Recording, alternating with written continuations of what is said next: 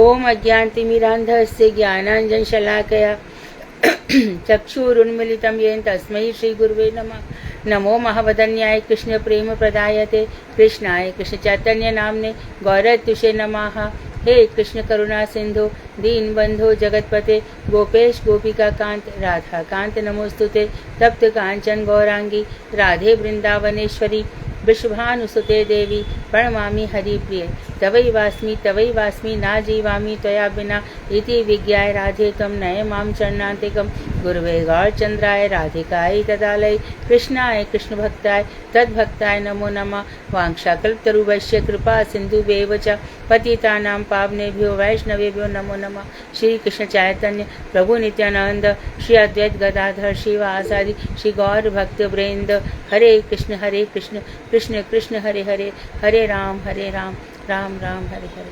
मैं सर्वप्रथम मध्य गुरु पद्म परिव्राजकाचार्य वर्य नित्य प्रविष्ट परमाराध्यतम ओम विष्णुपाद अष्टोत्तर श्रीमद् भक्ति वेदांत श्री नारायण गोसाई महाराज मध्य शिक्षा गुरु पद्म परमहंस पुरुष शिरोमणि परमाराध्यतम श्रीमद् भक्ति वेदांत श्री बावन गोसाई महाराज के चरणार बिंद में अनंत अनंत कोटि दंडवत प्रणाम कर उनकी अहैतुक कृपा की वांछा करती हूँ।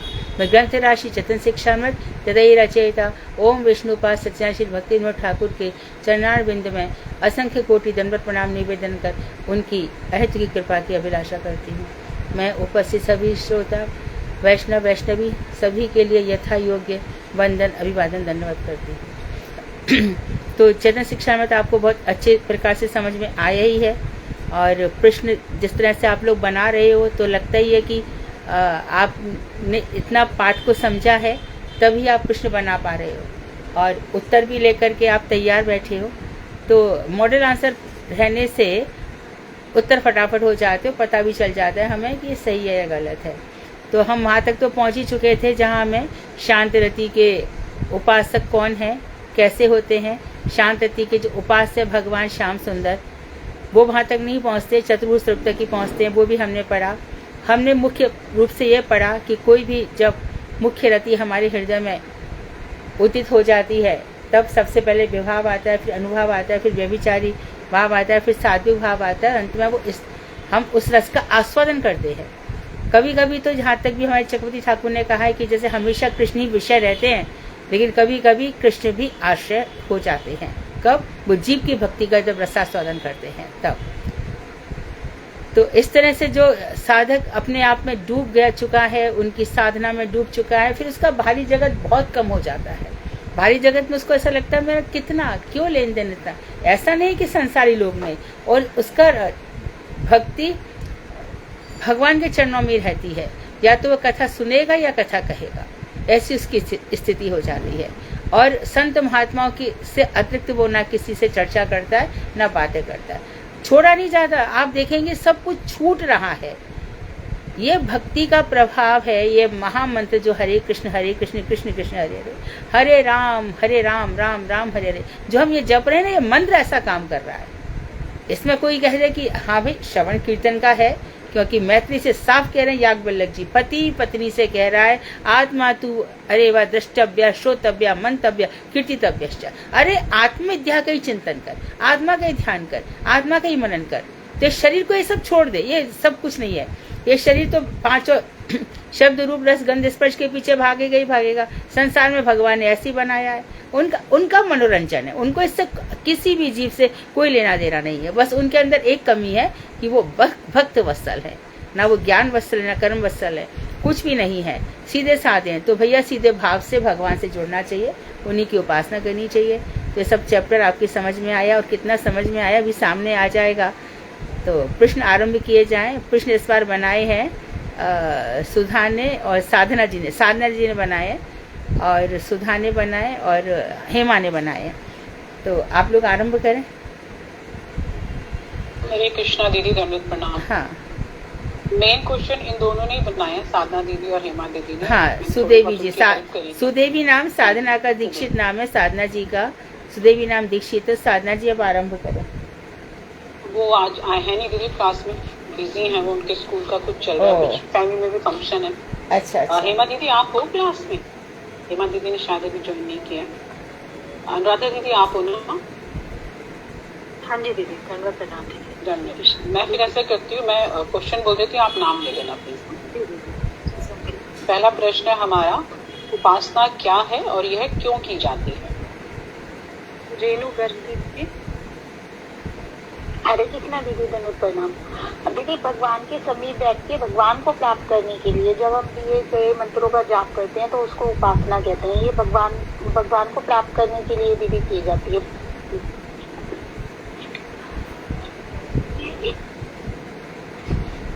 नहीं दीदी, सही नहीं है आंसर। ठीक है दीदी, उपासना का क्या? क्या सिंपल? अच्छा, मैं क्वेश्चन ढूंढती रह गई। उपासना तो पूजा प्रार्थना, प्रेयर, इबादत, किसी भी मतलब फिर से बोलो, उत्तर बोलो, प्रश्न क्या था? दीदी, उपासना क्या है? हाँ, उपासना क्या है, आंसर क्या है? दीदी, भगवान के समीप बैठ के जब हम भगवान को प्राप्त करने के लिए दिए गए मंत्रों का जाप करते हैं तो वो उपासना कहलाती है। ठीक है, हाँ। और जो प्रार्थना प्रेयर की बात कौन कह रहा था?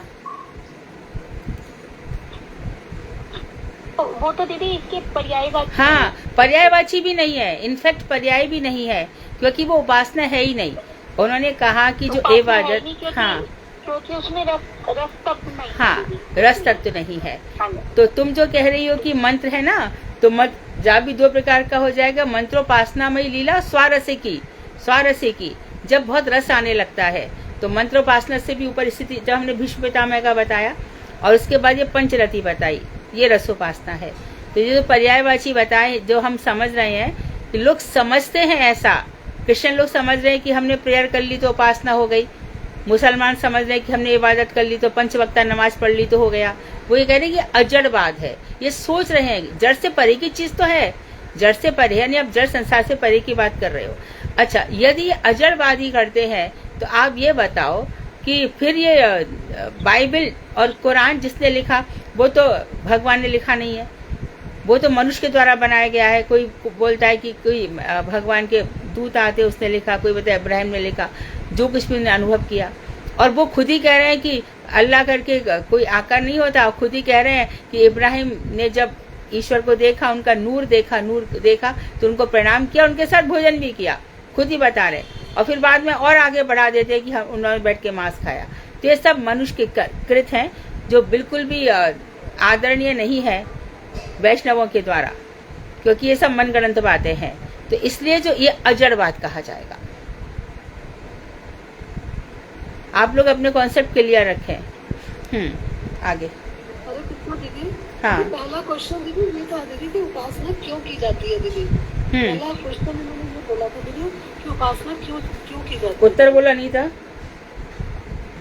दीदी, मुझे नहीं मालूम दीदी, मैं इसलिए दीदी मैं लिखने के लिए बैठी हूँ दीदी, इस बार कुछ नहीं कर पाई थी दीदी। हरे कृष्णा दीदी, इसका आंसर दीदी अपने स्वरूप की प्राप्ति के लिए दीदी उपासना की जाती है। ठीक है, हाँ चलेगा, ठीक है। सेकंड पार्ट था ना नीता दीदी ये क्वेश्चन का। ठीक है, अब अगला क्वेश्चन हम लोग ये स्किप करेंगे पर्यायवाची, क्योंकि ठीक नहीं है। नेक्स्ट है, सूर्य, चंद्रमा, पृथ्वी व ऋतुएं कैसे भगवान के आदेश का पालन करते हैं? मोहिनी दीदी। हरे कृष्णा दीदी, इसमें बताया है कि सूर्य जैसे अपनी पूजा करता है तो रोज आता है, भगवान की पूजा करते हैं और भगवान के आदेशों का पालन करते हैं। इसी प्रकार चंद्रमा भी रोज शाम को आकर भगवान के आदेशों का पालन करते हैं और पृथ्वी भी अपनी धुरी पर घूमती रहती है और इसमें सभी ऋतुएं अपने अपने समय पर आती रहती हैं और ये करोड़ों अरबों वर्षों से ये ऐसा ही विधान है। जब से सृष्टि है ये ऐसे ही चलता है और प्रलय में नष्ट हो जाता है और फिर से सृष्टि होती है तो फिर से ये सब आ जाते हैं। तो ये सृष्टि का क्रम है जो सब कब से ऐसा ही चल रहा है। ये सब भगवान के आदेशों का पालन कर रहे हैं। क्योंकि ये भगवान के आदेश का पालन ठीक से कर रहे हैं, इसलिए मनुष्य इन सब में भगवान का तत्व देखता ही है। सूर्य को हम प्रणाम करते हैं, लेकिन वैष्णव लोग जानते हैं कि सूर्य के भी अंतर्यामी कौन है? भगवान है। ब्रह्मा जी को हम प्रणाम करते हैं, ब्रह्मा की भी अंतर्यामी कौन है? भगवान है। इस प्रकार से चंद्रमा की भी लोग पूजा करते हैं, है ना।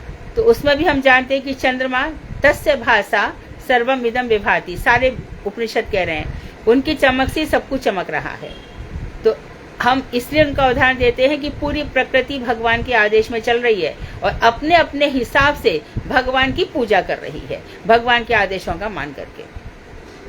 और उनको रस कितना मिल रहा है आप देखो। यदि रस नहीं मिलता पृथ्वी को, तो भागवत में क्या वर्णन आ रहा है?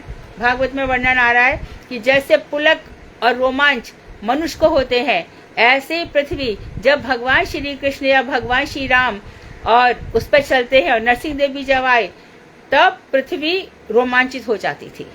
उसका रोमांच कैसे प्रकट हो जाता था? जो घास से वो एकदम खड़ी होकर प्रसन्नता व्यक्त करती थी।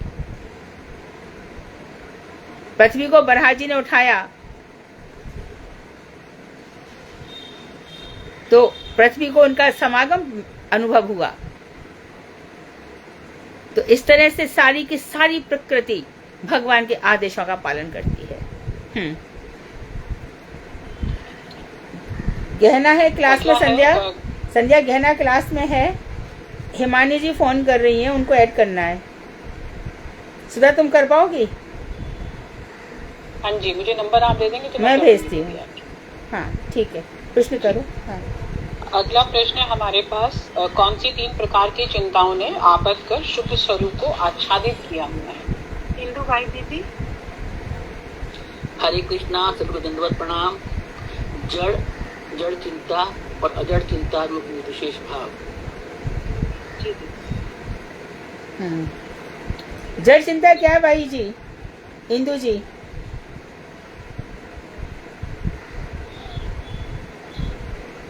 जड़ चिंता क्या है?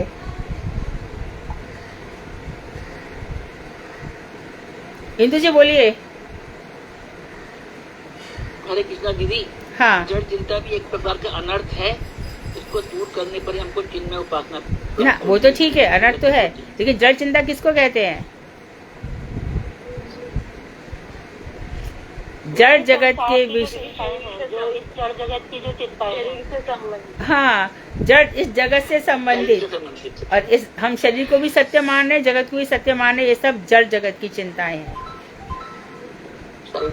ठीक है। हाँ। निर्विशेष बात किसको कहते हैं? जिनका कोई विशिष्ट, इसका कोई वैशिष्ट ना हो, आपका वो आकार नहीं है, जिनका कोई, जो कोई किसी स्वरूप को न मानता हो। मतलब जो नहीं, ये ब्रह्म, निर्विशेष ब्रह्म, जो ब्रह्म को तो मानते हैं, लेकिन जो मानते हैं कि उनका ना आकार है ना कुछ है, ना कोई वैशिष्ट है, निर्विशेष, जो विशेषता से रहित है। इतने में आप लोग थोड़ा अलर्ट होके सुनो, मैं जो बता रही हूँ। रामानुजाचार्य है ना, श्री संप्रदाय के आचार्य, उनकी जो फिलॉसफी है वो विशिष्ट अद्वैतवाद है। अर्थात वो ये कहते हैं कि भगवान के 2 विशेषण हैं, 2 एडजेक्टिव हैं। कौन कौन से? एक जीव और एक जगत, ये भगवान के विशेषण हैं। लेकिन कुछ लोग इन 2 विशेषणों को छोड़ करके खाली ईश्वर ऐसे मान लेते हैं, तो इसको हम कहेंगे निर्विशेष। ये नोट कर लो, समझ लो ध्यान से, इतना आसान नहीं है समझना, परंतु ये परिभाषा रहेगी तो कभी ना कभी दिमाग में सेट हो जाएगी। जीव और जगत भगवान के विशेषण है। और कुछ लोग भगवान को ना मान के क्या कहेंगे, नहीं कोई विशेषण कुछ नहीं है, जीव जगत, जीव अलग है, जगत अलग है, जीव जगत सब एक ही है। अभी जैसे मैं पूछूं आप लोगों से, है ना, मैं पूछती हूँ, हम 3 माला क्यों पहनते हैं? ये 1 2 3 कंठी क्यों पहनते हैं? उत्तर। हरे कृष्ण दीदी इसलिए पहनते हैं। कृष्ण चैतन्य महाप्रभु। नहीं। हाँ नहीं, तो फिर क्या उत्तर है? गुरु और वैष्णव, हरि गुरु और वैष्णव, हरि गुरु वैष्णव। और मन का वचन, मन का वचन। हरे कृष्ण दीदी, मैं बताऊं? मन। हाँ बोलो शालू। 3 लड़ाई इसमें एक मैं हूँ, एक मेरे भगवान और मेरे गुरु। क्या बोला तुमने? एक गुरु नहीं, फिर से बोलो। एक भगवान, एक मैं और एक मेरे गुरु। मैं गुरु भगवान, हाँ चलेगा। चलेगा चलेगा। मैं गुरु भगवान, हाँ चल सकता है। संबंध अविधेय प्रयोजन, ये भी चल सकता है। संबंध अविधेय प्रयोजन तत्व ये भी चल सकते हैं। और जैसा कि इसने बोला भक्ति भक्त भगवान, इस तरह से बोलती तो और भी अच्छा था। ये तीनों भी चल सकते हैं। भक्ति ये हम तीनों है, और संबंध अविधेय प्रयोजन तो मुख्य है ही, और साथ ही में जो तीन रस, शांत सख्य वात्सल और मधुर रस। कोई तो ऐसा भी बोलते हैं कि ब्रह्मा विष्णु शंकर ये तीनों मेरे साथ ही है, जीव जो है, ऐसा भी बावन गुस्सी महाराज के एक लेक्चर में था। तो इस तरह से ये तीन तत्व मिलकर के ये हम लोग कंठी धारण करते हैं। ठीक है। अगला है अनर्थ क्या है और अनर्थ को दूर करने पर क्या लक्षित होता है। विनीता दीदी, सुधा जरा जोड़ दो उनको, मोहिनी वो फिर से फोन कर रही हैं। हाँ दीदी मैं बोलूँ। नहीं, एक मिनट मोहिनी दीदी, अनुराधा दीदी बोल रही है, आप भी लेना चाहेंगे? हाँ अनुराधा दीदी। हाँ, हरे कृष्ण नमस्कार सबको। जड़ चिंता और अजड़ चिंता दो। हरे कृष्णा दीदी, मैं बोल रही थी दीदी, मेरा ये खुलानी था माइक। हाँ बोलो। चिंता और जड़ भाव, चिंता निर्विशेष भाव ही हमारे अनर्थ है। इन्हें दूर करने पर हमारी आंखों से अनर्थ रूपी जो तीनों आवरण हैं वो हट जाएंगे, और जो सहज नेत्र प्रकाशित होने पर जड़ चिंता में और जड़ विपरीत चिंता में उपासनाएं फिर नहीं रहेंगी। उस समय चिन्मय उपासना ही लक्षित होगी। जड़ चेष्टा और जड़ वृत्ति से आप क्या समझते हो? जड़ चेष्टा और जड़ वृत्ति,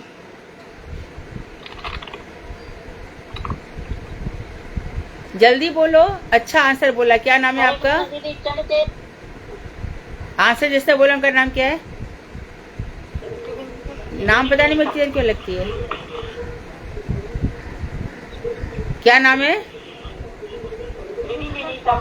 विनीता। हाँ विनीता, ये भी बताओ कि जड़ वृत्ति और जड़ चेष्टा किसको कहते हैं?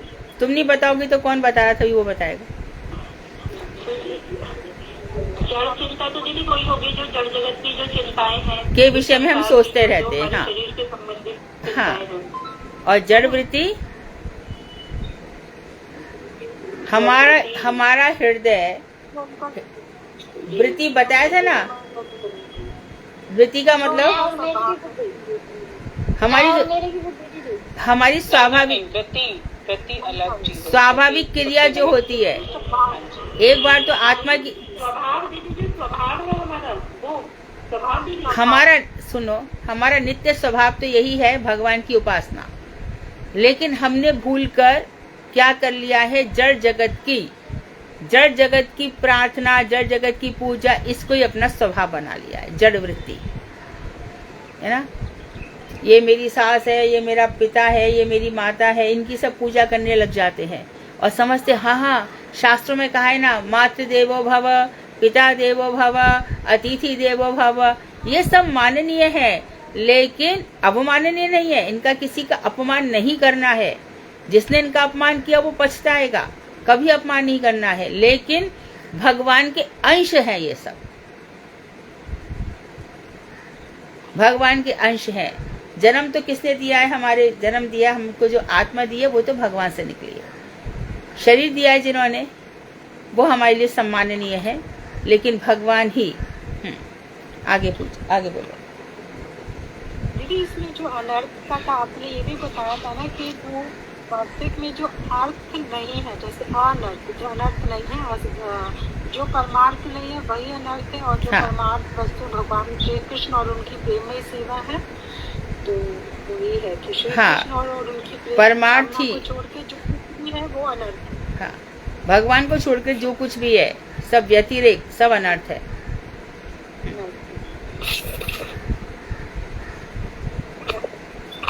दीदी, ये हेमंती दीदी का जो नंबर आपने दिया है ना, इस पे व्हाट्सएप नहीं है इनका। मैंने इसको ट्राई कर लिया 2-3 बार। उनका व्हाट्सएप का नंबर चाहिए। ठीक है, मैं उनको बोल देती हूँ। अगला प्रश्न है हमारे पास, रस के अधिकारी बड़े ही दुर्लभ हैं, इसका क्या तात्पर्य है?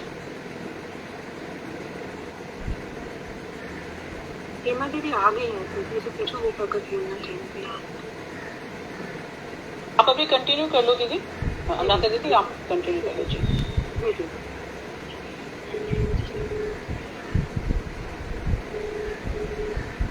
कौन दे रहा है इसका आंसर? रस के अधिकारी बड़े ही दुर्लभ हैं। कामिनी दीदी ने दिया थी, कामिनी दीदी आप थी। हरे कृष्ण। रस के हाँ, आपको जोड़ने की कोशिश की लेकिन आपका व्हाट्सएप नंबर नहीं है। व्हाट्सएप नंबर दीदी जी, मैंने जो अभी मैसेज भेजा आपको व्हाट्सएप पे ना। अच्छा, वो है क्या? ठीक है, मैं भेज, हाँ ठीक, मैं भेज देती ये कॉल वाला दूसरा है। हूँ। हाँ ठीक।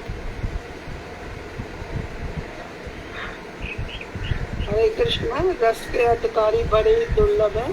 इसका तात्पर्य है कि उसी का नाम ही रस है, वे ही रस का अनुशीलन करते हैं, अतः यह परम गोपनीय है।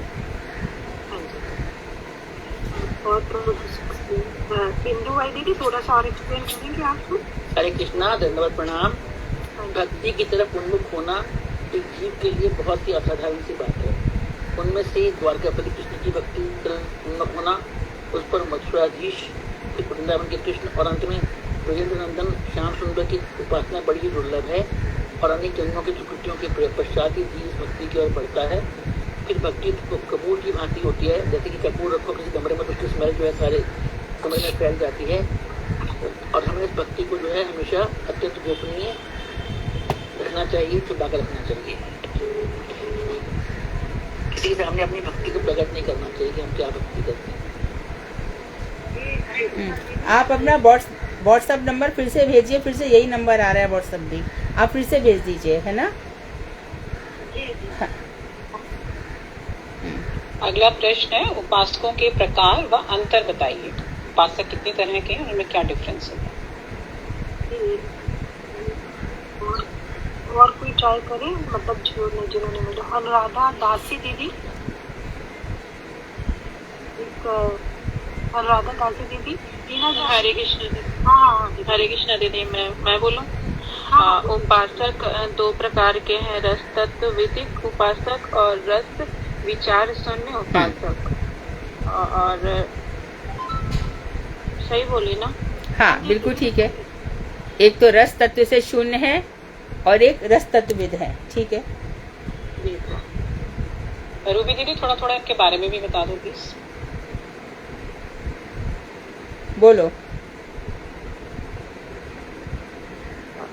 हरे कृष्ण बोलिए रूबी। हाँ, उनसे मैं कुछ और बोल दूंगी दीदी, उनसे कुछ। हाँ हाँ बोल दीदी। राधिका दीदी आप बोलिए। राधिका दीदी बोलना चाह रही है।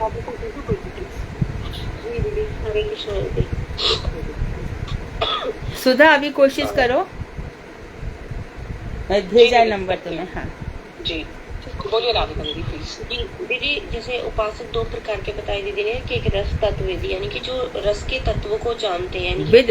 अब एक चीज जान लो हमेशा के लिए, तत्वविद, विद मतलब होता है जानने वाला, रसविद रस को जानने वाला। हमें कहाँ जाना है? तत्वविदों के पास जाना है, तत्वों को जानने वाले। तत्व के आचार्य कौन है? तत्व के आचार्य हमारे षड गोस्वामी में से कौन है? हाँ हाँ जीव गोस्वामी। हाँ राइट, जीव गोस्वामी तत्व के आचार्य हैं। रस के आचार्य कौन है? रूप गोस्वामी जी। रूप गोस्वामी, रूप गोस्वामी। ठीक है। प्रयोजन तत्व के आचार्य कौन है? सब जैव धर्म में पढ़े हैं, रघुनाथ दास गोस्वामी। संबंध तत्व के आचार्य सनातन गोस्वामी। सनातन गोस्वामी, ठीक है। तो रूप गोस्वामी रस तत्व के भी आचार्य कहे जाते हैं, अभिधेय तत्व के भी आचार्य कहे जाते हैं। हाँ रूप गोस्वामी, दादा गोविंद। ठीक है। और रस विचार शून्य जो रस मतलब कृष्ण की पूजा नहीं करते, उससे अलग। हाँ अब रूबी बताओ शास्त्र तत्वविद का क्या अर्थ होगा फिर? शास्त्र तत्वविद, शास्त्र तत्वविद वो जो शास्त्रों को जानने वाला। हाँ शास्त्र के तत्व को जानने वाला, ठीक है। तत्वविद शास्त्र के तत्व को जानने वाला। तो तत्व देखो, ये सब तत्व है, माया तत्व, गौर तत्व, कृष्ण तत्व, जीव तत्व, ये सब तत्व हैं। इन तत्वों को जो अच्छी प्रकार से जानते हैं तो वो जीव गोस्वामी है।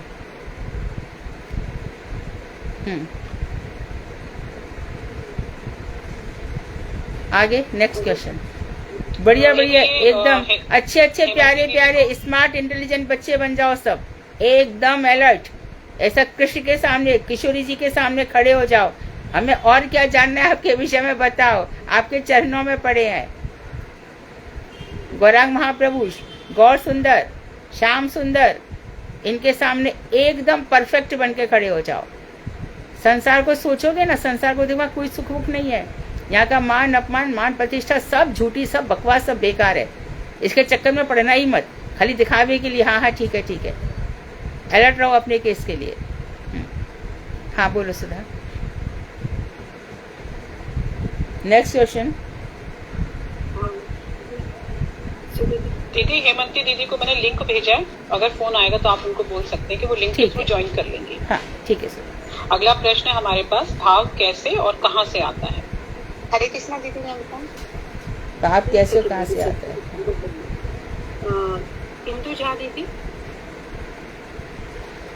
हरे कृष्णा दीदी, दंडवत प्रणाम। जड़ आच्छादित जीव की सिद्ध सत्ता से ही वह भाव प्रकटित होता है और उपासना काल में उसकी उपलब्धि करते हैं, किंतु उसकी सत्ता का भली प्रकार से विचार नहीं करते। जी विषय पर हम यहाँ उसके बारे में बताया गया। और ये कहाँ और कहाँ से आता है, भाव कैसे और कहाँ से आता है, तो फिर क्या होता है पूरा? हरे कृष्णा दीदी, अनिता त्यागी दीदी। हरे कृष्णा दीदी, भाव दीदी अंतरात्मा से उठकर मन को कंपित करता है दीदी, और देह में रोमांच आदि कुछ कुछ विकार पैदा करते हैं दीदी, प्रेरित होते हैं।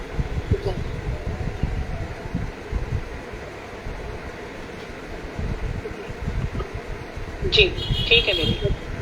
अगला है, अपनी शुद्धता एवं दूसरे बृहत तत्व की उपासना का अनुशीलन करने पर क्या होता है?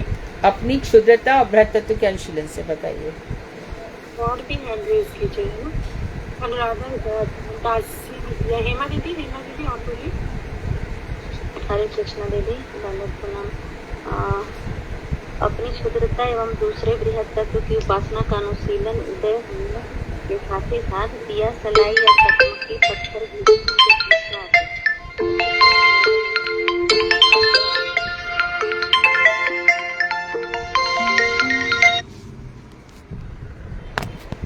हेमा दीदी, अपनी शुद्धता क्या होता है? अपनी शुद्धता और दूसरा बृहत तत्व, इसका क्या अर्थ हुआ? ये 2-4 वर्ड्स का।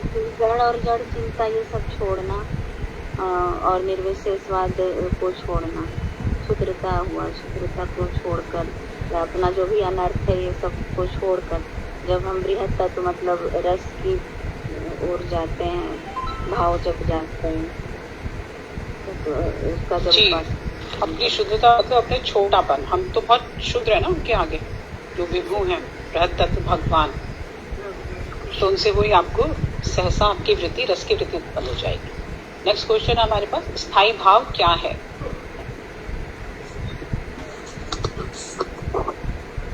भगवती देवी। हरे कृष्णा। और ललिता अग्रवाल दीदी। आपका माइक लग रखा। रेवती दीदी। हरे कृष्णा दीदी, मैं बताऊँ? दीदी। अनीता दीदी। हरे कृष्णा। हाँ जी बोलिए। हरे कृष्णा। उपासना काल में उस विषय की उपस्थिति या सानिध्य होने के कारण ये वृत्ति आश्रय से बाहर होकर विषय के प्रति भावित होती है, यही वृत्ति स्थायी भाव है।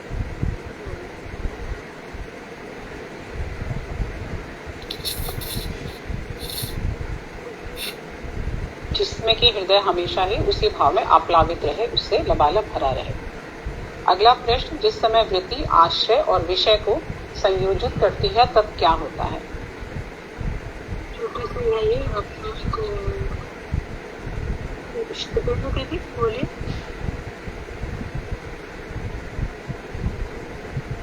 मोहिनी हरे कृष्णा दीदी।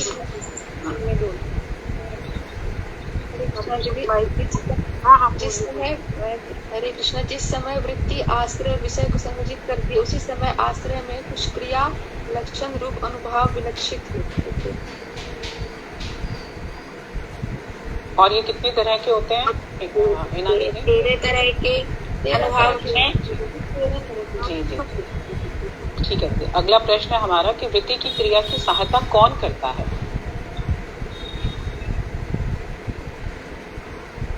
सत्यवती दीदी।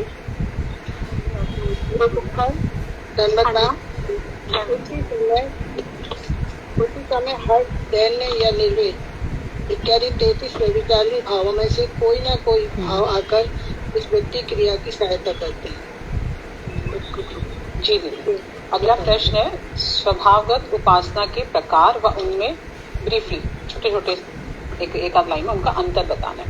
स्वभावगत उपासना के प्रकार दो लाइन बोल देना है ना, जो भी जितनी भी है। इंदु वाली दीदी। हरे कृष्णा, दंडवत प्रणाम।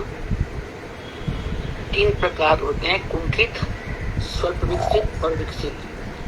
कुंठित उपासना में क्या होता है कि उपासना काल में सीमित रस की प्राप्ति होती है और उपासना कार्य को त्यागने पर रस की प्राप्ति नहीं होती है। जीव सदा जड़ में विद्युत प्रभाव की तरह क्षणिक प्रक्रिया सद्गुरु और साधु संघ से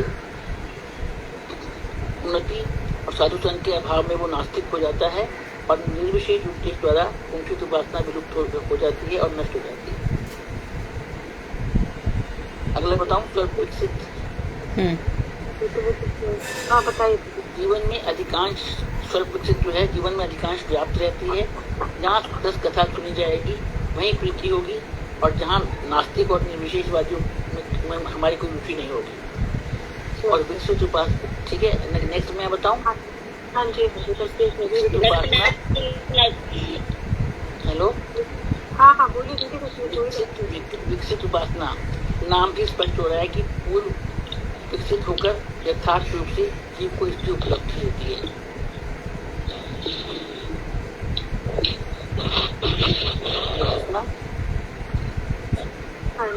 और इसमें विकसित रस में जो रस है वो निर्बाध रूप से भक्त में प्रभावित होता है। कोई और बोलना चाह रहा था कुछ? बोलिए। हाँ जी, बोलिए। जैसे कमल विकसित होता है, कमल विकसित होता है और इसमें 5 रस आ जाते हैं, 5 रस में ये पाई जाती है और ये 3 रस है वो कम से। अगला क्वेश्चन, मधुर रस 5 रस।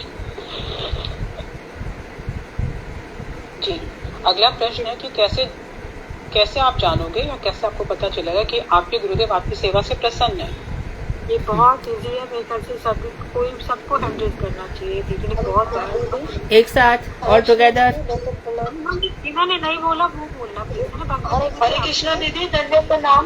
हरे कृष्णा दीदी, हरे कृष्णा दीदी। आप भगवती दीदी को पूछिए। भगवती दीदी बोल रही है क्या? भगवती दीदी हरे बोलिए कृष्णा आप। दीदी। और एक बार म्यूट रखिए प्लीज, भगवती दीदी। बाकी सब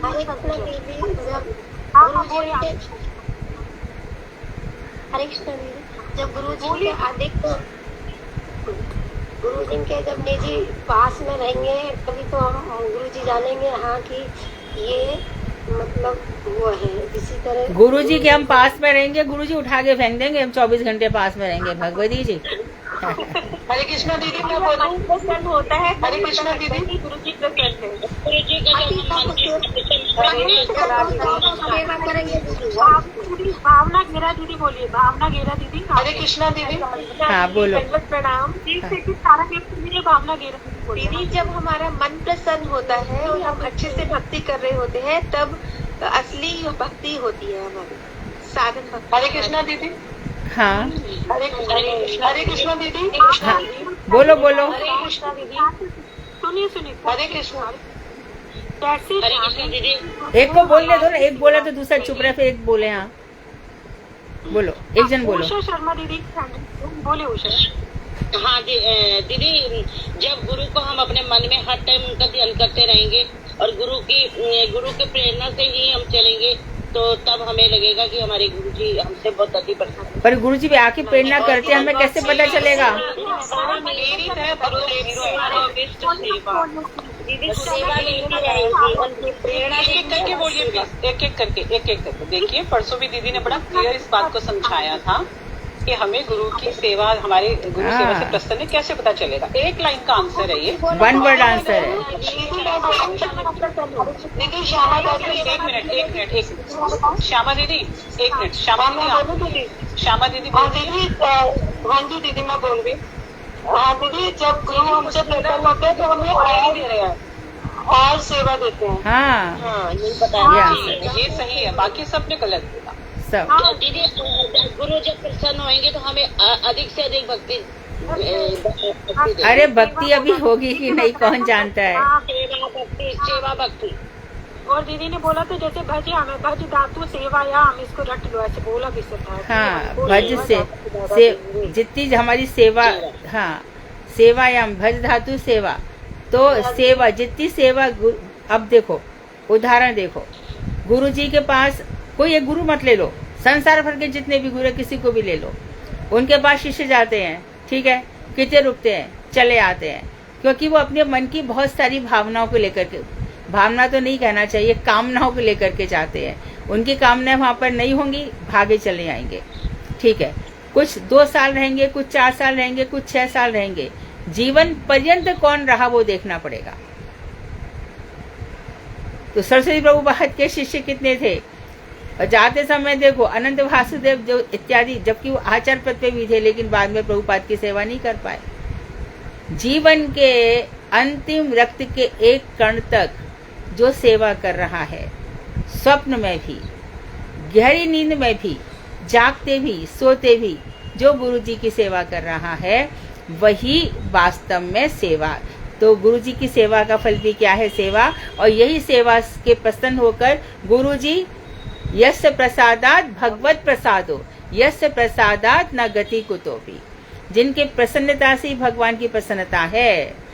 भगवान हमारे लिए कुछ भी नहीं करते हैं, गुरु जी की प्रसन्नता। और गुरु जी की प्रसन्नता क्या है, जब हमें वो सेवा अधिकार देते हैं।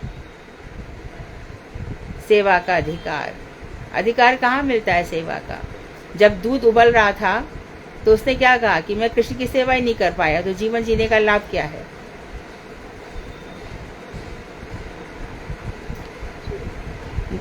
अक्रूर जी रथ लेकर चले गए, गोपियों के प्रति उनका अपराध हुआ ना। गोपियां चारों तरफ से बिलख रही हैं, रो रही हैं, क्रंदन कर रही हैं, लेकिन वो स्ट्रिक्ट एकदम खड़े रहे और इधर उधर से रथ घुमा करके बाहर ले गए। बाद में अक्रूर जी की भगवान के प्रति भी अपराध हो गया, क्योंकि इनके प्रति अपराध था। तो नित्य निरंतर सेवा ही, सेवा कैसे, कौन कौन सी सेवा होगी, जो उधर भक्ति विनोद ठाकुर के हमने भजन गवाए थे, कायिक सेवा, वाचिक सेवा, मानसिक सेवा, ये तीनों प्रकार की सेवा रहेगी। आगे का प्रश्न। वाणी सेवा और वपु सेवा भी कह सकते हैं ना जी?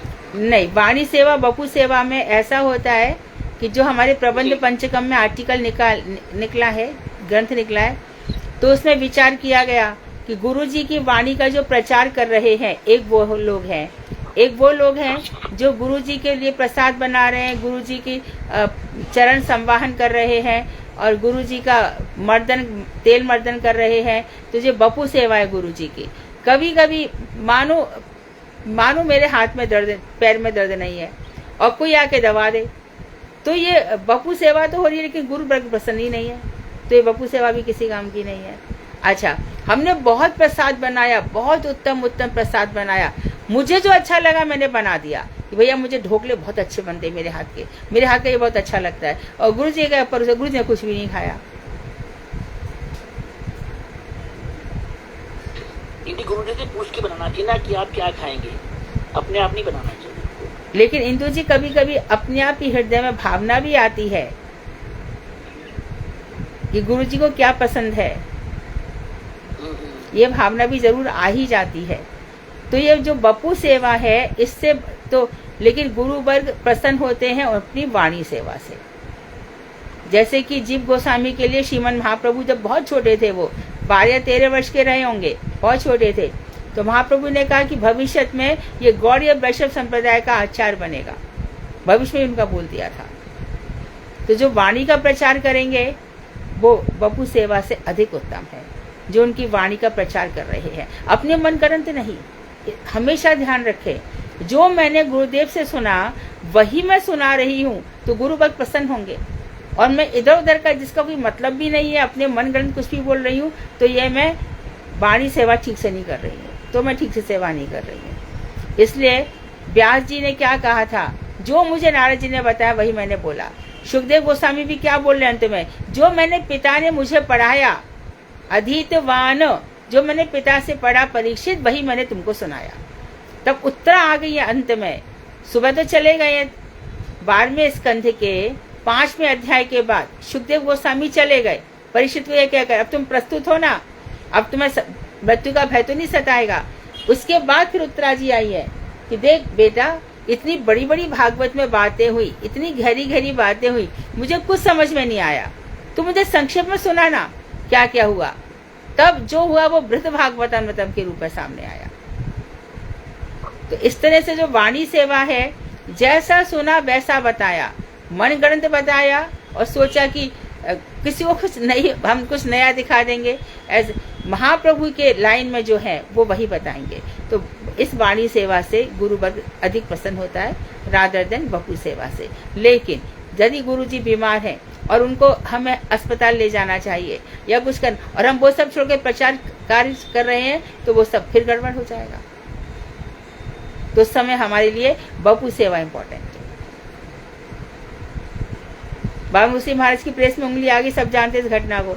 उंगली आ गई तो खून निकलने लगा, तो भी एक शब्द नहीं बोल रहे, क्योंकि सुबह तक ये आर्टिकल टाइप करके देना है। परम गुरुदेव को पता चला तो भागे भागे उंगली देखी तो एकदम रोने लग गए। तो शिष्य गुरु से कह रहा है, आप रो क्यों रहे हो, मैं मर थोड़ी गया हूं।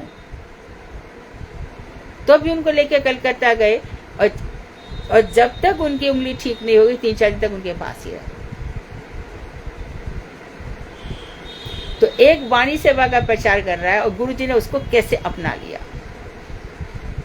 तो उस समय माला हुई, भजन हुआ, मंगला आरती हुई, कुछ किया वान गोसाई महाराज ने, आर्टिकल करके देना है। तो गुरु सेवा में भूख प्यास जो महाराज जी कह के गए हैं वही हमें करना है। गुरु मुख पद्म वाक्य चिते करिया एक, आर ना करिए मने आशा।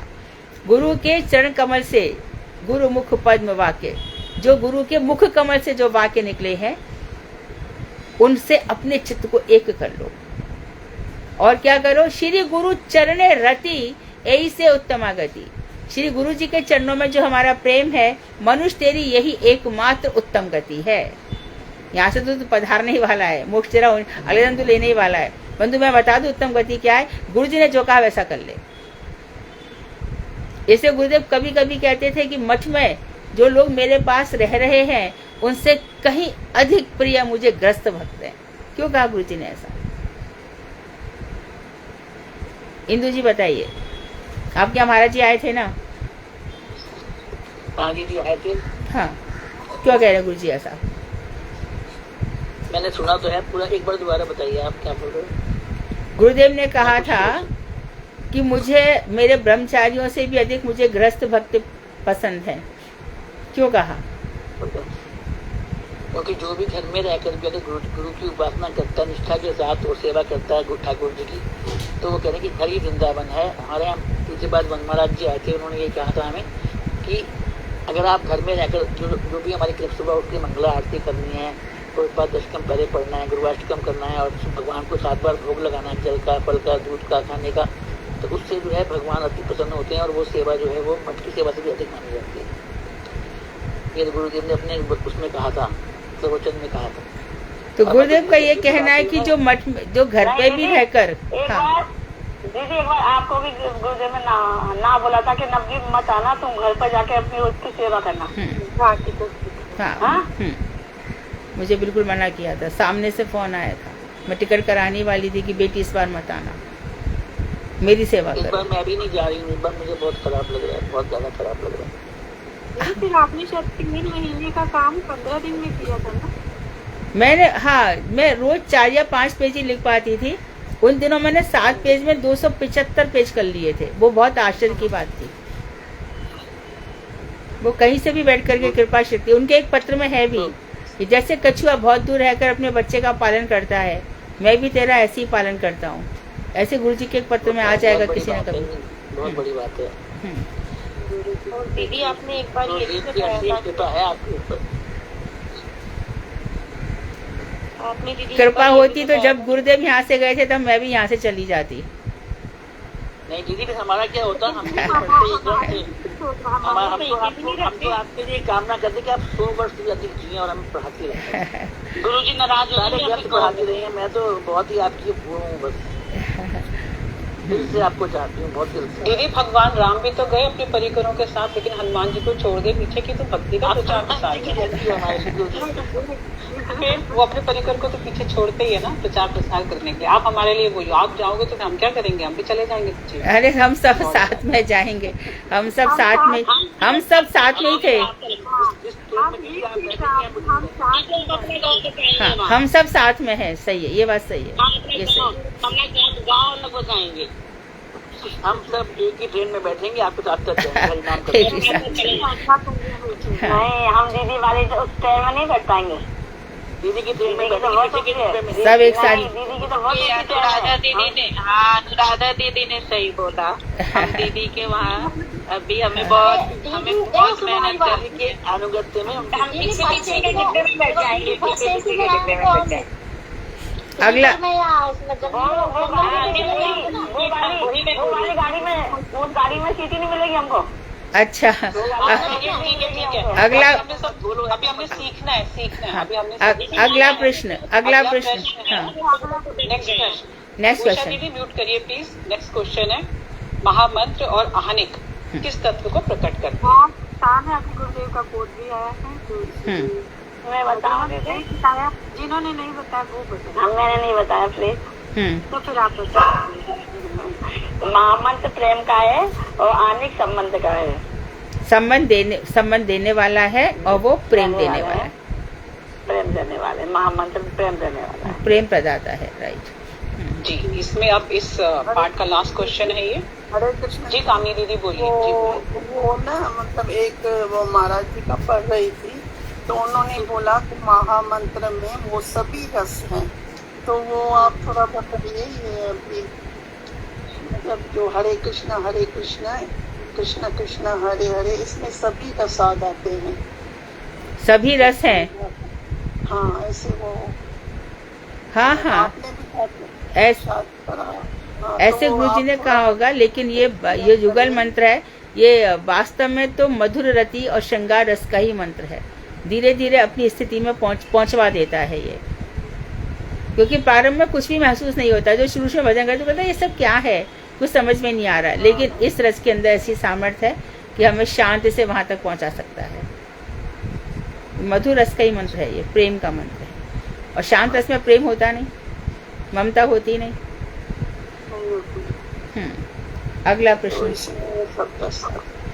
अगला प्रश्न है, उपासना काल में जड़ का आश्रय से क्या तात्पर्य है और यह जड़ अनुशीलन की अपेक्षा कैसे श्रेष्ठ? पहली बात तो जड़ अनुशीलन क्या है? भावना दीदी बोलो तुम लोग। आपका हरे कृष्ण। हाँ बोलिए दीदी। नहीं पता इसको। अनुशीलन दीदी संसार के बारे में सोचना, हाँ, चर्चा करना। जैसे हम लोग उत्तमा भक्ति बोलते हैं ना, कृष्णानुशीलनम, कृष्ण का ही श्रवण कीर्तन स्मरण सब कुछ कृष्ण का ही। ऐसे जड़ अनुशीलन हो गया, जड़ जगत के विषय में सुनना, ग्राम में चर्चा करना, ग्राम में वार्ता करना, हमेशा संसार की ही बातें करना, ये जड़ अनुशीलन है। हाँ। और उपासना काल में जड़ का आश्रय। जी बोलिए रीता दीदी। दीदी जो ये बताया अभी दीदी, महामंत्र दीदी प्रेम को दीदी प्रेम तत्व को प्रकट करते हैं। ये आने किसको प्रकट करते हैं? संबंध क्या है? भगवान से संबंध जोड़ता है।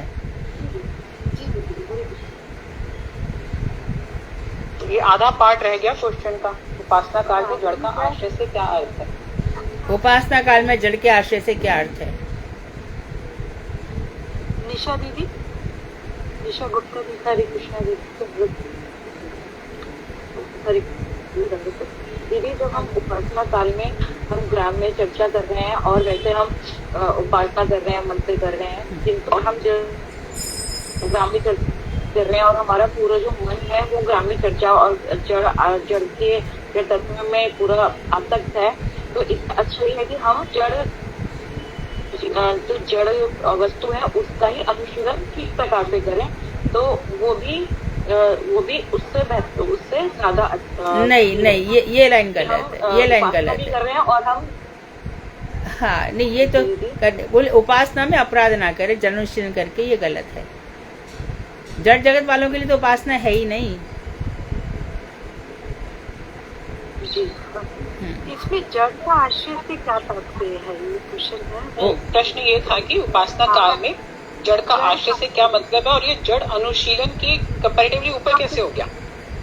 जी मैं बताऊँ दीदी? हाँ बोलिए पहले दीदी। सॉरी मैंने उल्टा बोल दिया।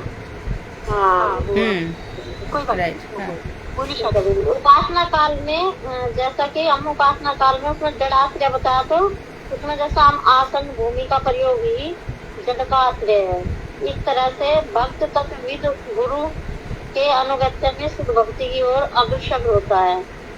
जब अनुशीलन की उपेक्षा हर तरह से प्रेत है, जड़ चीजों की प्राप्ति की आशा, ध्यान का ढोंग करना, ये अतिरिक्त जब से भगवान की उनकी प्राप्ति की कामना करते हैं, चिंता करते हैं पर चिंतन नहीं, चिंतन करते हैं जब चिंता करते हैं पर चिंतन नहीं, अपने भविष्य की चिंता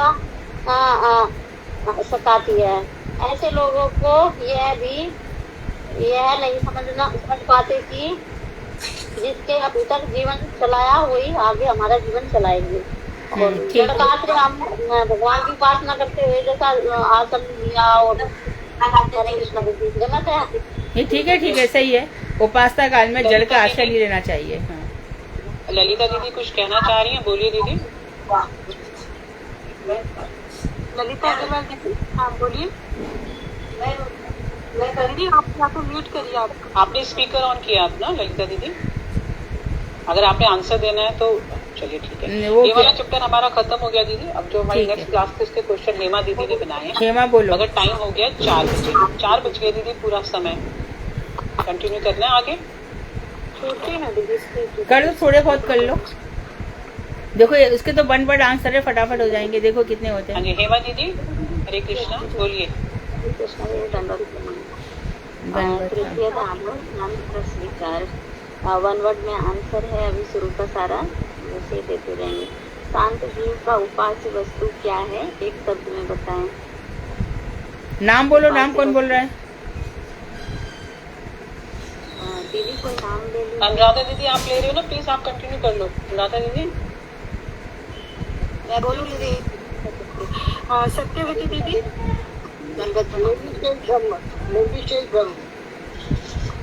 भगवान श्री कृष्ण, भगवान श्री कृष्ण। जल्दी क्वेश्चन बोलो हेमा, और अनुराधा तुम नाम बोलो फटाफट। दीदी आंसर गलत हो गया ना? गलत है। ब्रह्म नहीं। क्या था तुम्हारा प्रश्न? सविशेष भगवान श्री कृष्ण। सविशेष है, भगवत तत्व संबंधी है। हाँ जी ठीक है दीदी। दीदी अनुराधा दीदी, एक्चुअली अनुराधा दीदी मेरी, क्योंकि जब कोई आ रहा है ना तो वो सब लोग बोलने लगते हैं, तो जो जिसको नहीं आता है ना तो वो नहीं, उसको पता नहीं चल रहा है। एक जन आंसर बोले, दूसरा कोई नहीं बोलेगा। एक ही आंसर सही गलत पता नहीं चलेगा, एक जन ही बोले। हाँ देखिए कोई भी बोलेगा, अगर कोई बोल रहा होगा तो बाकी सब अपने आप ही म्यूट हो जाएंगे। उपास्य वस्तु निर्विशेष नहीं है किंतु सविशेष है, भगवत तत्व संबंधी। क्वेश्चन 2, प्रश्न 2, शांत रस के जीव की बुद्धि कैसी होती है? जिसका नाम बोले वही आंसर बोलेगा। बोलो 1 वर्ड से। संबुद्धि कहते हैं इसको।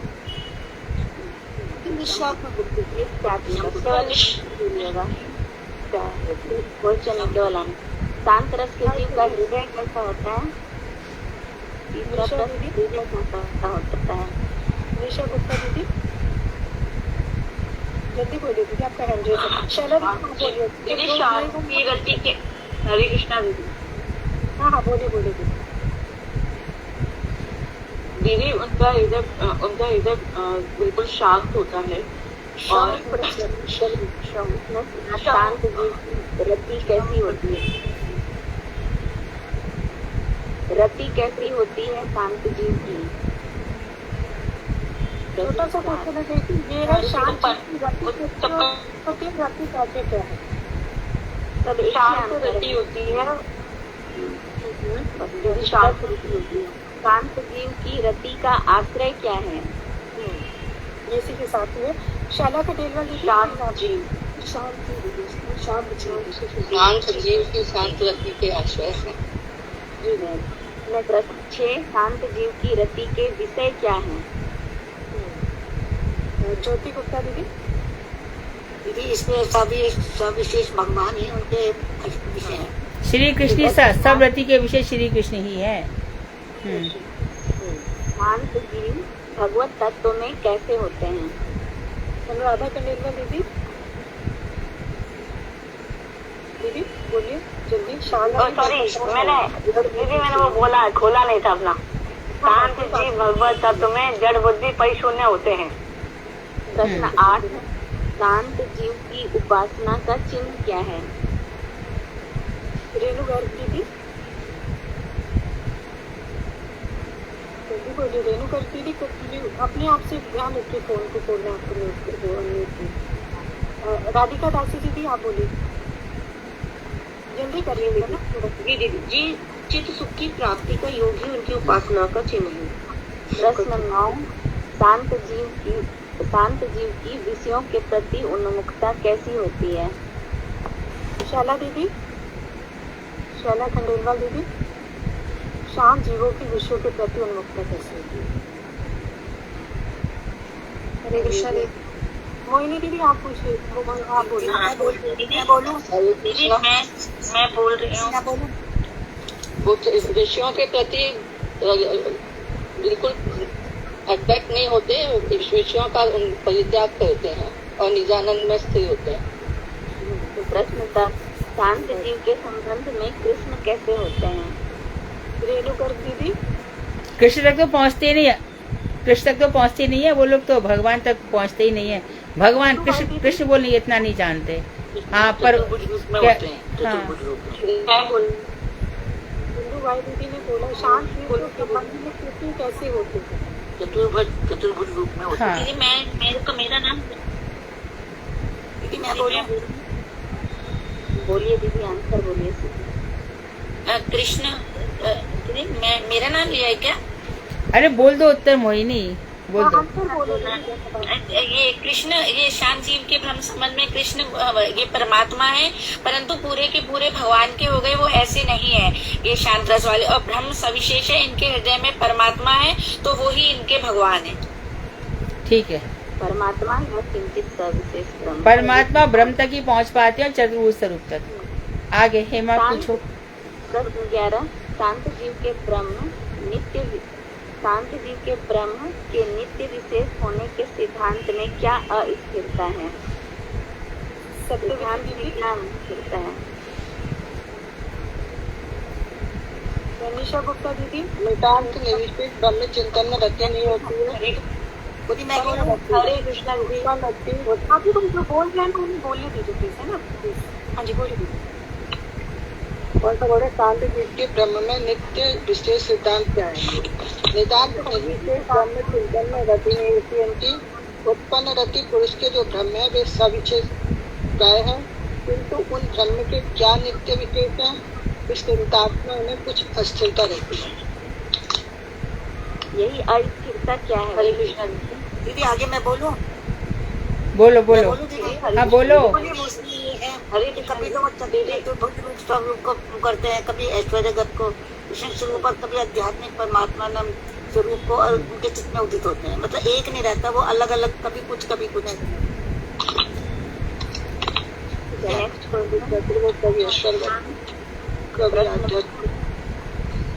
आगे का प्रश्न। आदर्श उदाहरण कौन है? बहुत इजी है ये, हर कोई बोल सकता है। सनद, सनातन, सनंदन और सनत कुमार आदि ये भक्तों के आदर्श। प्रश्न 13, संत भक्तों के कृष्ण की प्रति ममता क्यों नहीं होती? हिंदू झा दीदी। हे कृष्ण दीदी, भगवान का स्वरूप नित्य है, यह निश्चय न होने के कारण शांत भक्तों की कृष्ण के प्रति ममता नहीं होती। नेक्स्ट प्रश्न, ममता कैसी होती है? रेवती दीदी या रूबी दीदी में से कोई भी बताएं जो। ये ममता के बारे में क्वेश्चन है कि ममता कैसी होती है। ममता कैसी होती है उसके बाद ही बताया। ममता स्वार्थः स्वरूप निर्बंध भाव विशेष है। प्रश्न 15, शांत भक्तों की रति शुद्ध अवस्था में कैसे रहती है? शालू दीदी या सत्यवती चौहान दीदी, बोलिए। हरे कृष्णा दीदी। हाँ जी। शुद्ध अवस्था में कैसे रहती है? हाँ बोलिए दीदी। हरे शांत भक्ति की रति असंपर्कता के कारण शुद्ध अवस्था में ही रहती है। नेक्स्ट क्वेश्चन, शांत रति के आलंबन अर्थात विषय को विस्तार से बताएं। ब्रीफिंग भी कर सकते हैं, है ना? हाँ, तो कौन बता? सुधा दीदी आप बता दो। शांत रति। हाँ जी, हरे कृष्ण, धन्यवाद प्रणाम। रस की सामग्री में से है एक विभाव और उसके ही अंतर्गत आलंबन और उद्दीपन।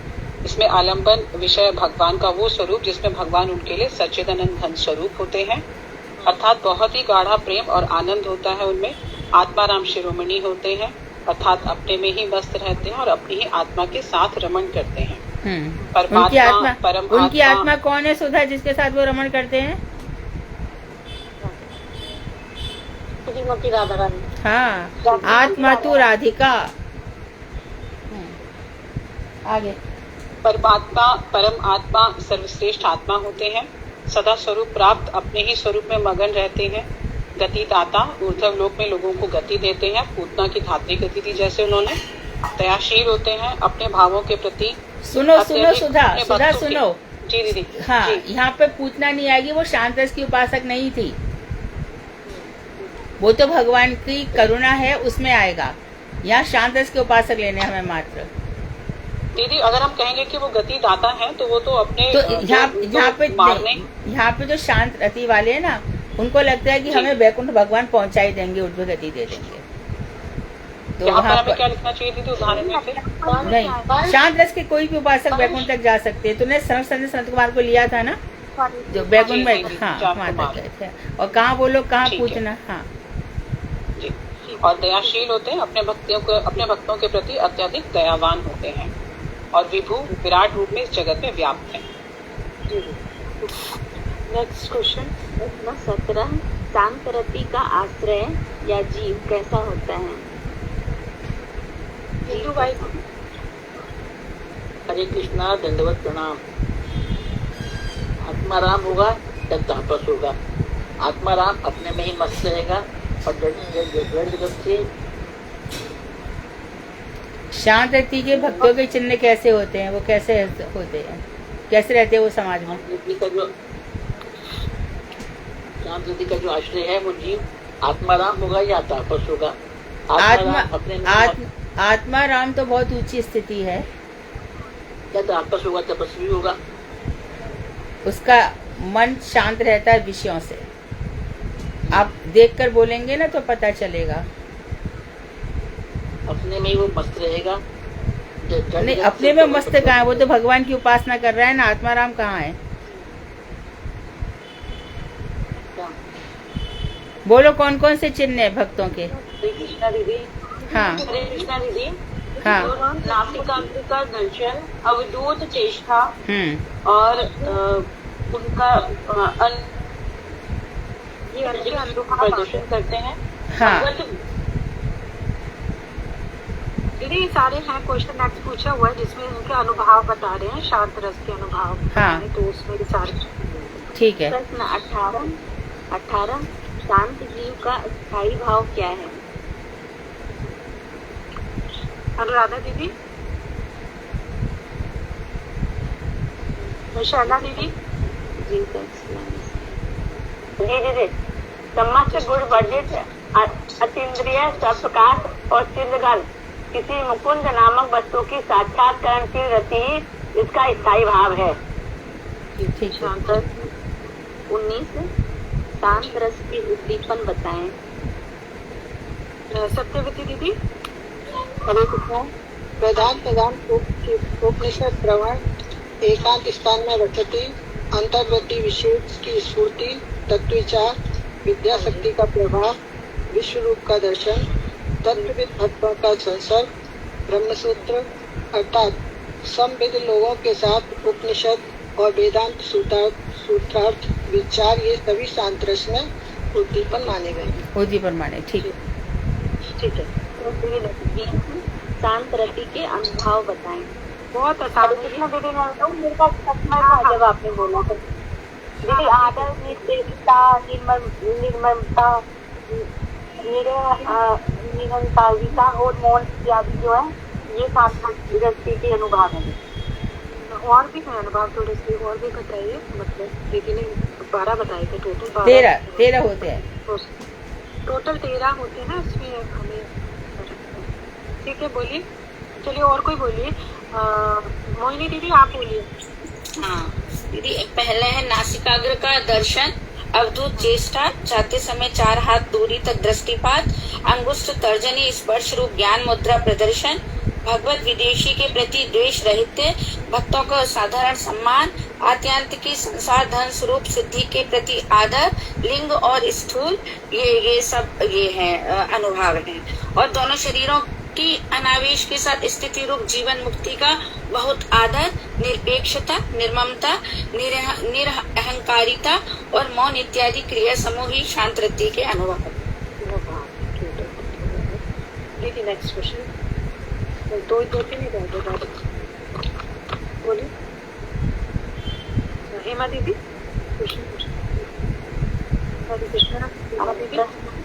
प्रश्न है कि अवधूत भाव के उदाहरण बताएं। दीदी ने बताया था अवधूत भाव में कौन कौन। हाँ, अवधूत भाव का उदाहरण बोलो। 1 वर्ड आंसर जल्दी। हाँ, नित्यानंद ठाकुर जैसे ऐसी अवधूत चेष्टाएं हैं। Next question. शांत भक्तों के सात्विक भाव कैसे होते हैं? भावना दीदी। हरे कृष्ण। हाँ जी बोलो दीदी। शांत रस में निर्वेद, धैर्य, हर्ष, मति, स्मृति और सुख के आवेग और वितर्क आदि व्यभिचारी या संचारी भाव कभी कभी देखे जाते हैं। क्वेश्चन नीचे वाले का बोल दिया। नहीं, क्वेश्चन तो सात्विक भाव पूछा। ठीक नहीं है दीदी, मैं बोलूँगा। एक सेकंड बताओ। एक मिनट, शैला दीदी आप बोलिए। ये क्वेश्चन ये है, शांत भक्तों के सात्विक भाव कैसे होते हैं? ये सात्विक को छोड़कर अन्य सभी रोमांच आदि सात्विक भाव शांत और पवित्र होते हैं।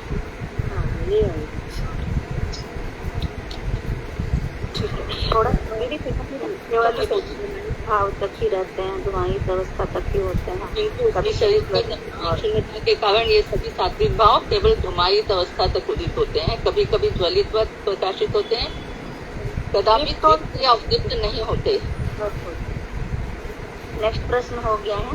प्रश्न 24। ब्रज लीला रूप चित्त रस वर्णन में शांत रस परिलक्षित क्यों नहीं होता? शांत रस में ब्रज लीला पहले का रह गया दीदी, एक बीच का रह गया। एक पहले व्यभिचार और संचारी भाव। व्यभिचार या संचारी भाव कभी कभी देखे जाते हैं। ये क्वेश्चन है, ठीक है। आपने से एक सेकंड। इंदु भाई दीदी आप बोलिए। शांत रस में कौन से व्यभिचार या संचारी भाव देखे देते हैं कभी? हरे कृष्णा। हरे दीदी प्लीज। शांत रस के व्यभिचारी भाव जो है निर्वेद, धैर्य, मति, स्मृति, आवेग और वितर्क सब होते हैं। अगला दीदी ब्रज लीला रूप चित्त रस वर्णन में शांत रस परिलक्षित क्यों नहीं होता? अनुराधा दीदी। हरे कृष्णा। हाँ जी बोलिए। अनुराधा दासी या अनुराधा खंडेलवाल? वो खंडेलवाल दीदी बोलिए, आप ही बोल दीजिए। कोई भी दासी हो, कोई भी बोलिए, लेकिन जल्दी से। ब्रज लीला रूप चित्त रस वर्णन में शांत रस परिलक्षित नहीं होता क्योंकि यह रस कोई विशेष सिद्ध एक स्वरूपगत नहीं है, ऐसे ममता शून्य है। स्वरूपगत नहीं है, ममता शून्य। राइट। प्रेम भक्ति रस कब प्रकाशित होता है? हरे कृष्णा दीदी आप बोलिए।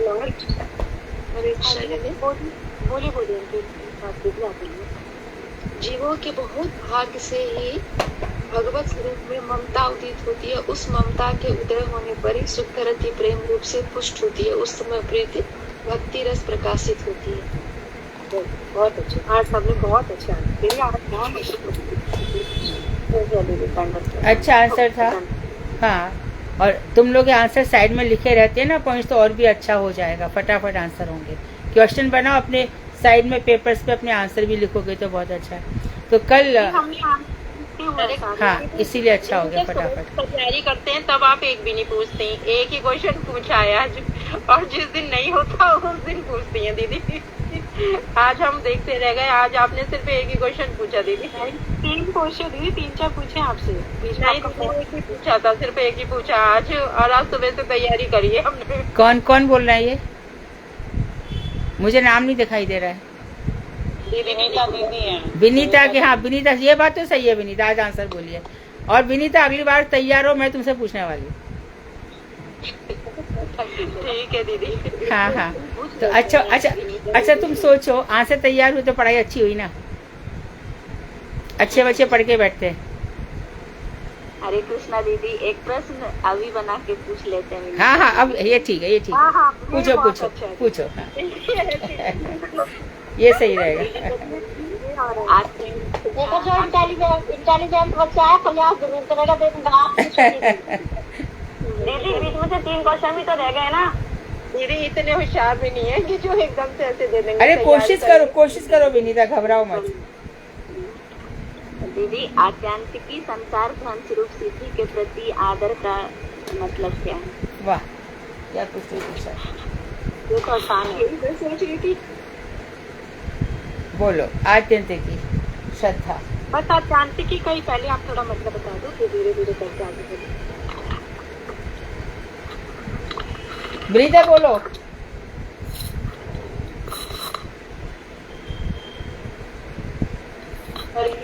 मतलब क्या? आत्यांतिकी का मार्ग होगा जी, कोशिश करो। क्या? 1 सेकंड विनीता दीदी को 2 मिनट टाइम दो। विनीता ये मालूम मेरे को, आत्यांतिक का तो नहीं मालूम दीदी। जिसने प्रश्न पूछा वो उत्तर दे। अत्याधिक, जिसके अंत में कुछ और है ही नहीं। आत्यंतिकी संपूर्ण रूप से, अत्यंत, अत्यंत से बना आत्यंतिकी, जिसके बाद कुछ नहीं। तो आज एक बात समझ में जरूर आई है कि अगली बार क्वेश्चन सेशन विनीता भी बनाएगी 1-2 पेज का। सुधा, इनको भी ले लो। निशा ने तो छोड़ दिया क्वेश्चन बनाना। जी दीदी। ये निशा को पकड़ के क्यों नहीं रखा? ये निशा है हमारे क्वेश्चन कब से नहीं बनाए, निशा ने पूछे ही नहीं है। दीदी बोलिए निशा दीदी। दीदी मुझे लास्ट चैप्टर थोड़ा कम समझ में आया था और मेरी एक क्लास मिस हो गई थी, तो इसलिए मैं नहीं प्रयास कर पाई। हाँ, तो अगली बार निशा और विनीता, निशा विनीता इनको भी क्वेश्चन बनाने दो। इंदु जी आप बनाओगे? दीदी मैं थोड़ा बिजी हूँ अभी, मुझे ICC चलो बाद जब आप फ्री हो जाओ तब चलेगा। मार्च में आऊंगी, अब मार्च में तो हाँ तब बनाना चले। हाँ हाँ पूछो। ये भागवत के विषय में ही है।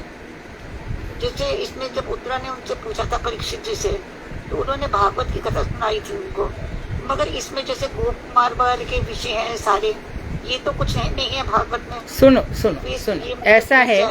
हाँ हाँ, तो गोप कुमार को एक रूपक बनाते ना कुछ समझाने के लिए, तो गोप कुमार को माध्यम बनाया गया।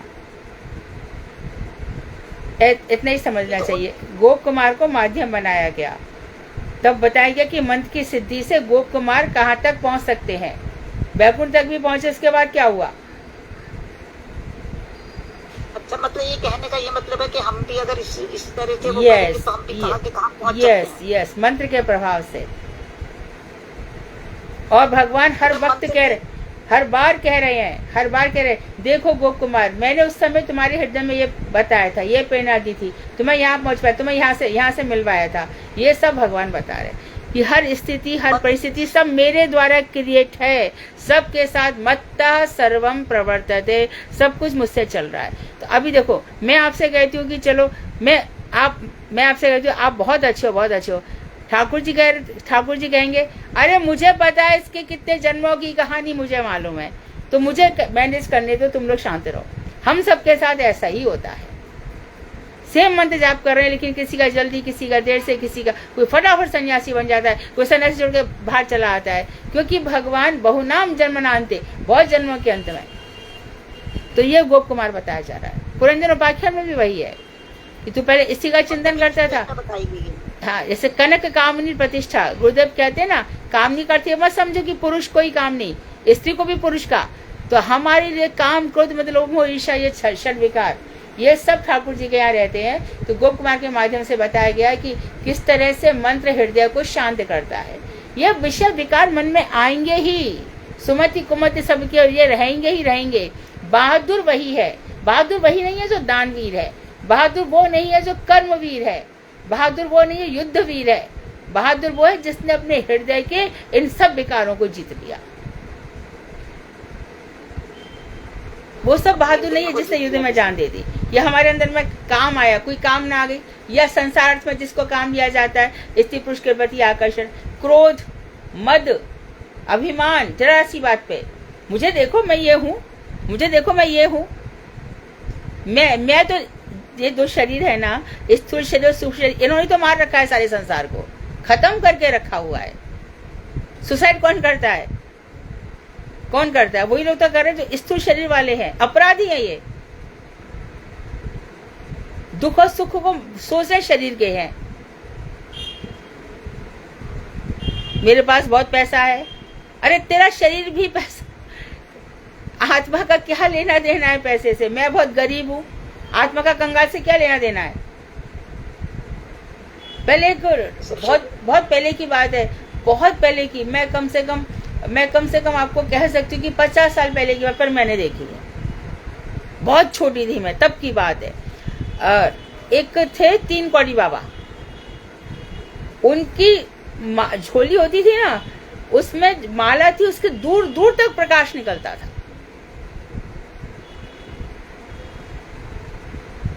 और पहन के क्या रहते थे? कॉपिन मात्र, और इतनी सारी तुलसी अपने गले में, तुलसी की बड़ी बड़ी माला पहन के ऐसे रहते थे। वैष्णव में भी ऐसा है, कोई तो अपने केश रखता है ना, दाढ़ी, मूछ, सिर के बाल इत्यादि सब, और कोई मुंडन करा लेता है, उससे फर्क नहीं पड़ता। ये अपनी अपनी इच्छा के ऊपर निर्भर करता है, क्योंकि हमारे गौड़िया वैष्णव करके प्राय नहीं रखते, परंतु संत रख सकते हैं, कोई इसमें बुराई नहीं है। ऐसे उनकी ये रहती थी दाढ़ी, ये, और ऐसा भजन करते थे। भजन करे तो ऐसा करे, ऐसे ही करे, और सेवा करे तो भजनानंदी की सेवा करे, तभी तो हृदय में प्रतिफल फटाफट हो जाएगा, क्षिप्र गति से। ऐसे भगवान से ना, हाँ बिल्कुल, भगवान से ऐसी प्रार्थना करो कि भगवान ऐसा है भाई, हमें ये तो समझ में आ गया है कि तुम ही सब कुछ हो, पर तुमसे थोड़ी रति नहीं हो रही है, तुमसे ममता नहीं हो रही है, ममता जरूर संसार में बट रही है, ममता हटा दो, हमें गोपियों के जैसा दिखा दो। देखो कितनी जल्दी जल्दी होता है। फिर कृष्ण देखो, कृष्ण ही करते हैं सब कुछ, हम समझ नहीं पाते। हम गीता सुनते हैं, गीता की बात चलो कुछ समझ में आ गई, परंतु जो गीता बता रहा है उससे ममता नहीं होती। हमारी सबकी प्रॉब्लम यही है, भगवान से हमारा प्रीति नहीं होती है। संबंध ही नहीं जोड़ पाते, क्या संबंध जोड़े, समझ में नहीं आता क्या क्या संबंध होगा, क्या संबंध होगा पूर्ण। जोड़, आप संबंध जोड़ने का हमारा अधिकारी नहीं है जी। जो मंत्र गुरुजी ने दिए हैं, सुनो, जो मंत्र दिए हैं, वो जो मंत्र आप एकदम श्रद्धा पूर्वक और सही समय पर सही ढंग से करेंगी तो वो मंत्र ही आपको संबंध कराएगा। आने किसी लिए तो हो रहे हैं। क्या होता है इसका? हाँ, प्रॉपर समय क्या होता है इसका? प्रॉपर समय क्या होता है? ब्राह्म मुहूर्त होता है। हरे कृष्णा दीदी। शाम को दीदी, शाम को होता है, शाम को संध्या, तीनों संध्या में करो तो संबंध भगवान से जो। जब मंत्र का अर्थ, एक बात मुझे बताओ, पहले तो मैं थोड़ी बड़ी बात लेती हूँ। कोई मरने गया, कापालिक क्रिया हो गई, आज नौ नहान है, आज ये सब करते हो ना, करते हो कि नहीं? शव यहाँ से गया, दीपक जलाओ रात को, उस जगह को खाली मत रखो, घर की शुद्धि करो, ग्रहण पड़ गया शुद्ध करो। और महामूर्ख तो मंदिर भी शुद्ध करने चले जाते हैं, भगवान को भी अशुद्ध मान लेते हैं।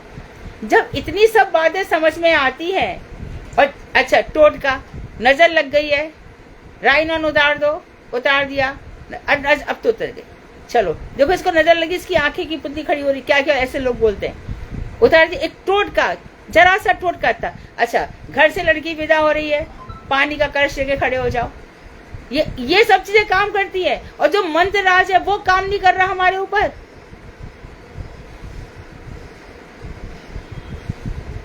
उसमें हमारे कितने सारे प्रश्न हो रहे हैं, बोलो। तो वो सांप ने दस लिया और वो जहर निकाल दिया, वो गुरुजी बोलते थे ना कथा में कि सांप ने दस लिया और जहर निकाल दिया।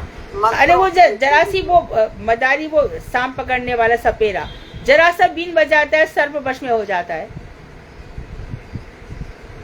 और वो जो लाल किताब के टोटका होते हैं वो सब वश में कर लेते हैं। और जो मंत्र है, आप इतने परम देव भगवान को क्या यही समझ लो कि ऐसे पूजा ऐसे वश में हो जाएगा? कितनी बड़ी वस्तु को हम उनको प्रेम करने जा रहे हो। संसार की चीजें जब इतना असर करती है, जो मंत्र, जिसको मंत्र राज कहा गया है, वो हमसे ठीक से हो नहीं रहा। तो फिर न सब आनी ठीक से हो रहा, न सब कुछ ठीक से हो रहा, तो कहाँ से होगा? कुछ भी नहीं हो सकता, हम लोगों का कुछ भी नहीं हो सकता। हरे कृष्णा दीदी, इसी टॉपिक पे जैसे कि अभी आपने बताया, जैसे इन्होंने बोला कि मतलब कृष्ण से संबंध और प्रेम, दीदी कृष्ण तो बहुत दूर की चीज है। पहले जो हमें कथा सुना रहा है, जो वैष्णव है, जो गुरु, पहले इससे हमें प्रेम होना जरूरी है ना, तभी तो कृष्ण से प्रेम होगा दीदी, जो हमें कृष्ण की कथा सुना रहे। कोई भी कथावाचक हो जिसने हमारे जीवन में इतना सब कुछ किया है, उसके प्रति यदि हमारी श्रद्धा नहीं है, प्रेम नहीं है, उसके प्रति हमारी सेवा नहीं है, तो भी कथा सुनने का कोई लाभ नहीं। कथावाचक कभी नहीं कहेगा कि मेरे लिए ये करो, कभी नहीं कहेगा। लेकिन यदि गुरुजी मुझसे नहीं कहेंगे तो क्या मैं सेवा से अपने आप को वंचित करूं?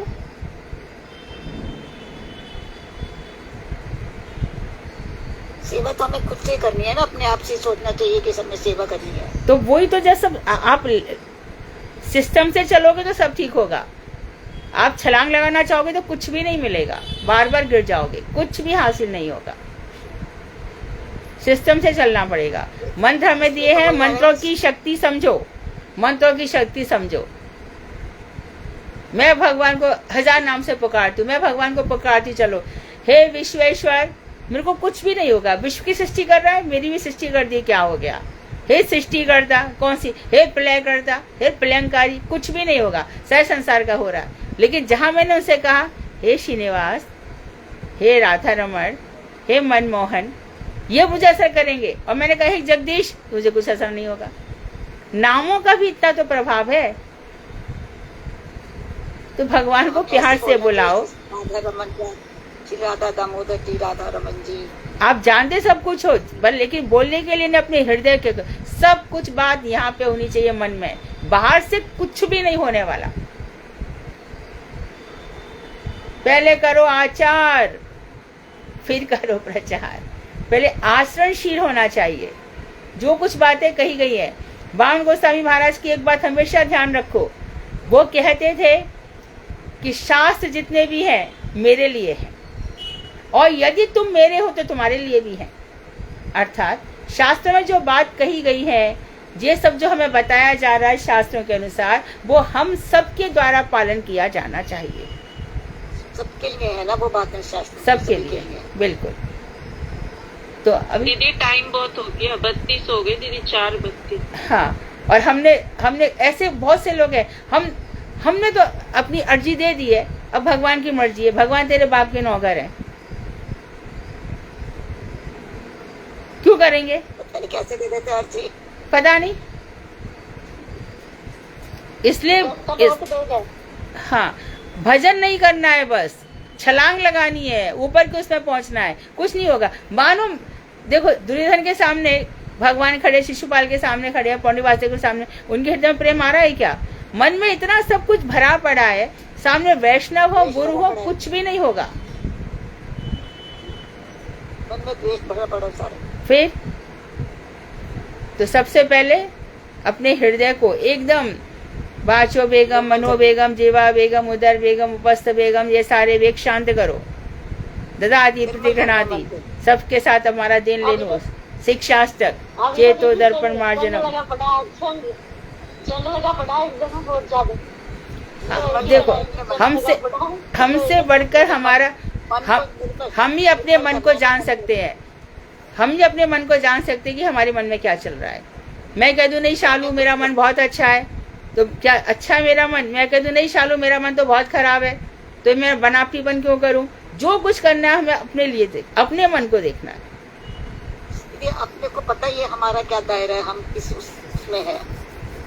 अपने आप को सुधारना है। अब जब साधना करनी है तो साधना तो अकेली होती है ना, ठीक है। हरे कृष्णा दीदी, दंडवत प्रणाम करो। हरे कृष्णा दीदी। हाँ, दंडवत। हरे कृष्णा दीदी, दंडवत प्रणाम। हाँ दीदी, एक भागवत पत्रिका में गुरुदेव से किसी ने ऐसे ही पूछा था कि आने का सही समय क्या होता है, तो गुरुदेव ने सुबह का 6:15 से 6:30 के बीच में बताया था, और दोपहर को 12:15 से 12:30, और शाम को फिर 6:15 से 6:30 के बीच में। ठीक है, तीनों संध्या काल है। मौसम का कुछ फर्क नहीं होगा? नहीं, उनका फिक्स टाइम है, सर्दी हो गर्मी हो कुछ भी हो। हाँ जी, मैं वो उसमें डाल दूंगी ग्रुप में, वो जो मतलब उसमें पैराग्राफ है ना, वो डाल देना सर। उन्होंने पूरा सही समय डाल रखा है। ठीक है, 1 बजे तक भी कर सकते हैं। कि हम आरती कर चुके या नहीं कर चुके, जैसे मर्जी हो उस समय करना है। मंगला आरती तो वैसे ही 5 बजे हो जाती है, 4:30-5 बजे, उसी के बाद ही होता है। उसके बाद ही होता है, शाम के जैसे लेट होती है ना थोड़ी। हाँ, उसके बाद ही हुई। ठीक है, मंगला आरती तो शाम की तो देर से। ये सब बातें हम 1000 बार डिस्कस कर चुके हैं। अब करना शुरू करो, डिस्कशन नहीं, जस्ट डू। छोटा सा कीर्तन, एकदम छोटा कीर्तन, बहुत बढ़िया सुंदर सा एकदम छोटा कीर्तन। हरे कृष्णा दीदी, मैं करूं? ठीक है, एकदम छोटा। 4:30 के ऊपर हो गए दीदी। कीर्तन से समाप्त कर लेंगे सुधा। कीर्तन एकदम छोटा। अरे सत्यवती दीदी करेगी आज। अच्छा, चालू दीदी। हाँ दीदी, सपना दीदी करो। हरे कृष्णा सडनली शरणागति वाला कीर्तन पहले हो गया था, तो दीदी ने बोला था श्री कृष्ण चैतन्य प्रभु जीवे दया करी, स्वपार्षद स्वई धाम सह अवतारी। अत्यंत दुर्लभ प्रेम कर वरदान, सिखाए शरणागति भक्तेर प्राण। दिन आत्मनिवेदन गोप तृप्तिवरण, अवश्य रक्षिवे कृष्ण विश्वास पाल। अति अनुकूल मात्र कार्य स्वीकार, भक्ति प्रतिकूल भाव वर्जन अंगीकार। षडंग शरणागति हईरे जहाँ, ताहर प्रार्थना सुन श्री नंद रूप सनातन परि दंत त्रणकारी भक्ति विनोद पड़े दुहि पद कांदिया बोले आमी तो अधम शिखाए शरणागति कर हे उत्तम श्री कृष्ण चैतन्य प्रभु जी विदया करी सपार्षद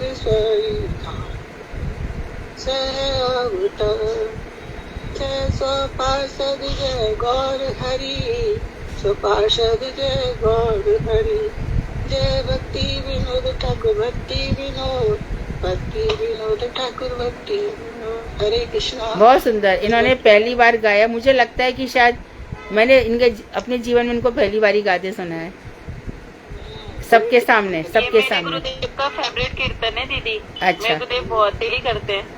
ठीक है, बहुत सुंदर। हाँ ठीक है। वांशा कल्पतरुवैश्य कृपा सिंधु वेवचा पतितानां पावनेभ्यो वैष्णवेभ्यो नमो नमः। हरे कृष्णा दीदी। दंडवत।